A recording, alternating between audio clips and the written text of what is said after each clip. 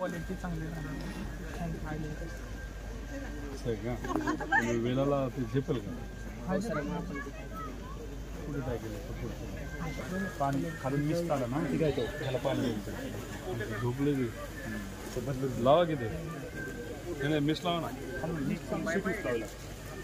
आपण हा विचार केला की याची जी व्हॅल्यू आहे म्हणजे हे मार्केटमध्ये जर गेलं तर साधारणतः 100 रुपयापेक्षाही जास्त आपण किंमत आहे या फळाला का याला मस्की फ्लेवर नाही आपलं जे नॉर्मल मस्त खरबूज असतं त्याला आता सगळं कॅल्क्युलेशन आपण जरी लावले व्हॅल्यू चांगली टाईम आहे टाईम आपण चांगल्या प्रकारे किंमत कसं जास्त मिळते किंमत एक्सपोर्टला गेलं सगळ्यात जास्त त्यात व्हॅनिला फ्लेवर असल्यामुळे हो असल्यामुळे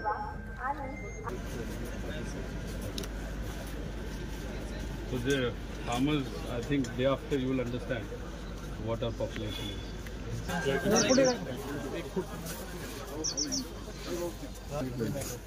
तुम्ही करून दाखवतो शेतकरी पण करतो. आपल्यासोबत आमदार रोहित पवार आहेत. दादा आज कृषकची पाहणी करताय, काय नेमकं काय काय बघायला भेटतं? तिथं आर्टिफिशियल इंटेलिजन्स आणि त्याचा फायदा शेतकऱ्याला कसा होऊ शकतो हे दाखवलेलं आहे. IoTचा वापर, तसंच आपण जेव्हा ग्रीन हाऊसेस करतो ते स्टील आणि GI मध्ये केले तर त्याची किंमत 5 ते 6 लाख रुपये जाते.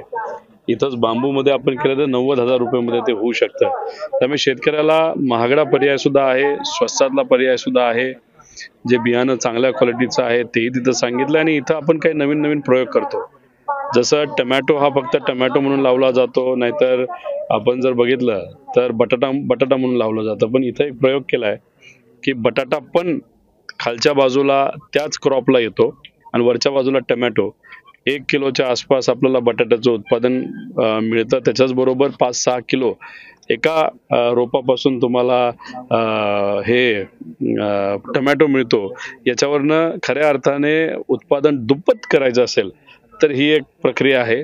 राजकीय दृष्टिकोनातून म्हणत नाही, पण खऱ्या अर्थाने इथं मी म्हणतो असा एक वेगळा प्रयोग इथं जो सातत्याने केला जातो, आज सुद्धा इथं तोच प्रयोग आपल्याला बघायला मिळतो जो शेतकऱ्याला फायदेशीर ठरू शकतो. राज्यात दुष्काळाची परिस्थिती, काही ठिकाणी दुष्काळ परिस्थिती, दुसरीकडे मात्र अवकाळी पाऊस झालेला आहे. याच्यामध्ये शेतकऱ्यांनी कसं जगावं याचा अंदाज या ठिकाणी आल्यानंतर येऊ शकतो?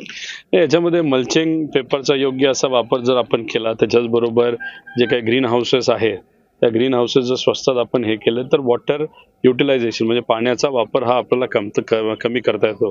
पूर्णपणे दुष्काळ असेल तर काहीच करता येत नाही, सरकारवरच आपल्याला अवलंबून राहावं लागतं. पण ड्रेप, त्याच्याचबरोबर जर आपण शेततळी केली, त्याला जोडून आर्टिफिशियल इंटेलिजन्सचा IoTचा वापर करून जेवढं पाणी पाहिजे तेवढंच जर आपण रोपाला दिलं आणि शेततळी आणि ह्या सगळ्यांचा योग्य असा वापर केला तर नक्कीच आपण दुष्काळातून बाहेर निघू शकतो. नाही तर आपल्याकडे जनावरं असतील तर मल्चिंगचा वापर आपण तिथं याचा वापर करून मूळ घासचा वापर करता येतो. त्याला एक नवीन टेक्नॉलॉजीज आलेल्या आहेत. तर केलं तर खूप काही करू शकतो, पण त्याला एक चालना द्यावी लागते, ती सरकारला सुद्धा द्यावी लागते आणि शेतकऱ्याला सुद्धा त्या काहीतरी समजून घ्यावं लागतं. पण ओव्हरऑल जर खूपच मोठा दुष्काळ आला तर सरकारशिवाय पर्याय नाही. दुसरीकडे मुख्यमंत्री दावोसला गेलं, त्याच्यावरून टीका होतीये, तुम्ही देखील त्याच्यावर टीका केली आहे. परंतु सत्ताधारी लोक म्हणतात की काही हजार कोटीची जी आहे ती गुंतवणूक या ठिकाणी येणार आहे. कसं बघताय याकडे? मग तुम्ही राजकीय हेतूतून टीका करता? नाही, येत असेल तर चांगली गोष्ट आहे. माझं एकच मत होतं, दावोससाठी तुम्ही कशाला थांबला? काल 90,000 कोटीचा जो करार झाला त्या सगळ्या कंपनीची ऑफिस मुंबईमध्ये आहे. तो आधीच करार का नाही झाला? आम्ही वेलकम केला असता ना. का डावोससाठी तुम्ही टाइमपास केला? असं काय आहे का? इथून लोक तिथे गेला, तिथून मग तुम्ही सह्या केल्या, मग एवढे 6 महिने आपण केलं काय? 1.5 वर्ष आपण केलं काय? तसंच अडाणींना ते भेटलं असं काहीतरी 50,000 कोटी करू, पण 50,000 कोटी पण अडाणींना तिथं भेटायचं कारण काय होतं?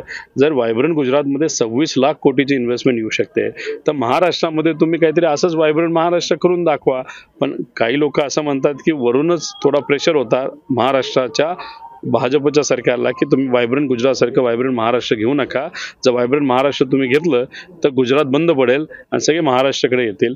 आमचं मत एवढंच आहे की हे जे काय करार तुम्ही केलेत, ह्या सगळ्या कंपन्या महाराष्ट्रामध्ये आहेत, मुंबईमध्ये आहेत. तो करार तिथल्यासाठी थांबवण्यापेक्षा आधीच जर झाला असता तर आम्ही त्याचं वेलकम केलं असतं. तुम्हाला असं म्हणायचं का दुसरं काहीच नाही केलं? 95,000 कोटीचे महाराष्ट्रामध्ये ऑफिसेस आहेत तेच फक्त इथं या ठिकाणी आणले गेले, बाकी उद्योग नाहीत आणले गेले? नाही, माझं मत काय आहे की जे ऑफिसेस इथं आहेत त्यांना तिथं घेऊन आपण करार करायचं कारण काय? ते वर्षापूर्वी सुद्धा तुम्ही करू शकला असता, 6 महिन्यापूर्वी करू शकला असता, त्याचं भूमिपूजन सुद्धा झालं असतं. मग तुम्ही आता थांबलात, दावोससाठी गेलात, मग आकडे दाखवताय, तुम्ही 2.5-3 लाखाचे आकडे दाखवाल. अरे गुजरातली 26 लाख कोटीचं करार तिथं केलेले आहेत, MOU 50 लाख युवांना हाताला काम मिळणार आहे आणि तुम्ही म्हणता की आम्ही 2.5 लाख. दरवर्षी तिथं दावोसला गेल्यानंतर कमीत कमी आपल्याला 1.5 ते 2 लाख रुपयाचे करार हे होत असतात. आता गेल्यावर जेव्हा हेच उदय सामंत साहेब तिथं मंत्री म्हणून गेले होते, मुख्यमंत्री साहेब गेले होते, एका कंपनीबरोबर करार केला, त्याचं कॅपिटल 3 कोटी फक्त, आणि करार काय दाखवला तर 20,000 कोटीचं इन्व्हेस्टमेंट ते करणार आहेत चंद्रपूरला. 3 कोटीची कंपनी, त्या कंपनीचं आज काय झालं? त्यामुळे करार करण्यासाठी करू नका. आणि हे जे काय मोठे व्यावसायिक आहेत महाराष्ट्रातले, भारतातले, यांना तुम्ही वेलकम करा, महाराष्ट्रात बोलवा, तिथं सह्या करा, पण दावोससाठी फक्त थांबू नका. राजन साळवीवर केंद्रीय तपास यंत्रणेने धाड टाकली. काही दिवसापूर्वी तुमच्या देखील कंपन्यावरती धाड टाकते. तुमच्यासाठी काय वाटतं, म्हणजे हे हेतुपुरस्सर केलं जातं? नाही, धाड टाकली. अधिकारी त्यांचं काम करत असतात, त्यांना जे काय सहकार्य करायचं असतं ते आम्ही सर्वजण करतो. पण धाड टाकली म्हणून आम्ही शांत बसलो असं नाही ना. आम्ही लोकांचे मुद्दे आधी जसे मांडत होतो आताही मांडत आहोत. त्यामुळे शेवटी मराठी माणसं आहोत. मराठी माणसं कधीही कुठल्याही गोष्टीला घाबरत नाहीत, प्रामाणिक राहतात, लढत राहतात. तेच मी इथं करत आहे. तुमच्या कंपनीवर देखील काही दिवसापूर्वी धाड टाकली, त्यातून काय पुढे आलं असं काय वाटलं का तुम्हाला? सातत्यानं तुम्ही कारवाई करतात. मागे देखील प्रदूषण नियंत्रण महामंडळाने कारवाई केली होती, 2 बड्या नेत्यांच्या सांगण्यावरून केली असं तुम्ही फेसबुक पोस्ट केली होती. त्या नेत्यांची आजपर्यंत नावं बाहेर आलेली नाहीत. कोण आहेत ते नेते? लोकांना माहिती ते नेते कोण आहेत. कदाचित ते मी ज्या व्यवसायामध्ये आहेत त्याच व्यवसायामध्ये ते सुद्धा असतील. विषय तो नाही आहे. विषय काय आहे की धाड करणारे अधिकारी त्यांचं काम करतात, आम्ही त्यांना सहकार्य करतो. आणि आमच्या लेवलला राजकीय दृष्टिकोनातून जो काय भूमिका घ्यायची आहे, जो विचार मांडायचा आहे तो आम्ही मांडत असतो. त्यामुळे व्यवसाय आणि राजकारण ह्याला आम्ही एकत्रित आणत नाही. पण काही आज सत्तेत असणारे लोक आम्ही राजकारणात काही बोलू नये म्हणून आमचे व्यवसाय अडचणीत आणण्याचा प्रयत्न करत आहेत. आम्ही आधी व्यवसायामध्ये आलोय, मग राजकारणात आलोय. काही लोक आधी राजकारणात आलेत, मग व्यवसायामध्ये आलेत, आणि व्यवसायामध्ये ते जे आले त्याला आर्थिक कुठेही कमतरता पडली नाही त्यांना. मग अशा परिस्थितीमध्ये द्वेषातून आमच्या व्यवसायावर जो कष्टातून बांधलाय त्याला तुम्ही अडचण कशाला आणताय? म्हणजे तुम्हाला असं म्हणायचं आहे का की कष्टातून बिझनेस कुणीच करायचा नाही, चोरीच्या पैशातून तुम्ही बिझनेस करायचा आणि तोच पैसा राजकारणासाठी वापरायचा? हा आमचा विचार नाहीये. आम्ही कष्टाचाच पैसा समाजकारणासाठी सुद्धा वापरतो. त्याच्यात तुम्ही घाला टाकत असाल, मराठी माणसं आहोत, आम्ही शांत बसणार नाही. उलट जेवढी कारवाई कराल तेवढं आम्ही लोकांची बाजू अजून भक्कमपणे तिथं मांडत राहू. माजी केंद्रीय गृहमंत्री सुशीलकुमार शिंदे त्यांनी असं काल वक्तव्य केलं होतं की मला भाजपकडून ऑफर आहे, सोबत 2 वेळा माझा पराभव झाला तरी देखील मला भाजपकडून ऑफर आहे, आणि प्रणित शिंदेना देखील ऑफर आहे. त्याच्यावरती प्रदेशाध्यक्ष बावनकुळे म्हणाले की आम्ही कुठलीच ऑफर दिली नाही. भाजपकडे नेते कुठे आहेत? आणि जे नेते आहेत त्यांना तर मंत्रिपद दिलं नाही. आता भाजपकडे जर नेते असते तर शिंदे गट जेव्हा भाजपकडे गेला तर त्यांना मंत्रिपद नसतं मिळालं. अजित दादा मित्रमंडळाचे नेते जेव्हा भाजपकडे गेले त्यांना मंत्रिपद मिळालं नसतं. मंत्रिपद जर BJPचे मोठे नेते जर खरंच सक्षम असते तर त्यांना मंत्रिपद मिळालं असतं. पण मंत्रिपद BJPच्या नेत्यांना सोडून कोणाला मिळालं तर शिंदे गटाला, अजितदादा मित्रमंडळाला मिळालं. मग त्याचा अर्थ BJPकडे नेतेच नाहीत, म्हणून BJP नेहमी प्रयत्न करतं बाहेरचे नेते इम्पोर्ट करायचं. आता हे इम्पोर्ट करत असताना त्यांची जर आकडेवारी बघितली, ज्याला घराणेशाहीचा एक शिक्का पडलेला आहे, तर इतर सर्व पक्षांपेक्षा सगळ्यात जास्त घराणेशाही असणारा पक्ष कुठला असेल तो भाजप आहे. याच्यावरूनच कुठं ना तरी सिद्ध होतं की भाजप भाषण करताना वेगळं काहीतरी बोलतं, पण करताना जे पाहिजे तेच ते करत असतं. त्यामुळे दाखवायचे दात आणि खायचे दात हे भाजपचे वेगळे आहेत. अजितदादांचा एक व्हिडिओ व्हायरल होते, तो पाहिला का तुम्ही? बसताना कुठेतरी अडचण होती, काय वाटतं तो व्हिडिओ बघून? नाही, पाहिला, वाईट वाटलं. फक्त माझं एकच मत आहे की जो रुबाब असतो तो रुबाब आपला असतो, आणि उगाच कुठंतरी एखादा विचार सोडून दुसऱ्या पक्षाबरोबर आपण गेलो तो रुबाब सोडू नये. कारण का त्या रुबाबाकडे बघूनच लोक तुमच्यावर इम्प्रेस होत असतात. आणि भाजपची ही स्टाईल आहे, ज्याला रुबाब आहे, ज्याला लोक मत आहे, जनमत आहे, अशा नेत्याला संपवायचा हळूहळू. आणि तो व्हिडिओ बघितल्यानंतर थोडं वाईट वाटलं की एक असा नेता ज्याची क्षमता आहे, ताकद आहे, आज सुद्धा आहे, पण भाजप तीच ताकद कदाचित कमी करण्याचा प्रयत्न करते, अशी चर्चा तो व्हिडिओ बघितल्यानंतर अनेक लोकांमध्ये झालेली. का कमी करते असं वाटत? असं भाजपला लोकनेते आवडत नाहीत.